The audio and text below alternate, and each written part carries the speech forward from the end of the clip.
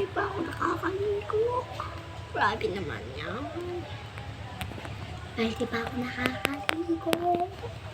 Init. Wala pang tubig. Ma! May tubig na? Wala na lang tubig. Eh? Wala. Hindi pa kayo nakakaigib. Hindi sila nakapamilya kanina. Hindi. Mamaya gagto kami ng banana chips. Dito sa loob ng kwarto kasi kaya malilim.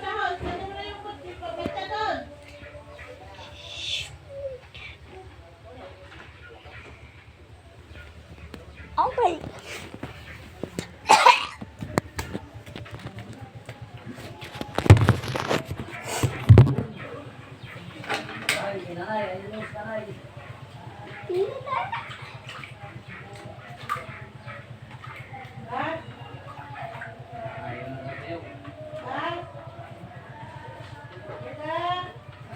Hawak tayo na hindi ka nakasahang hawakan.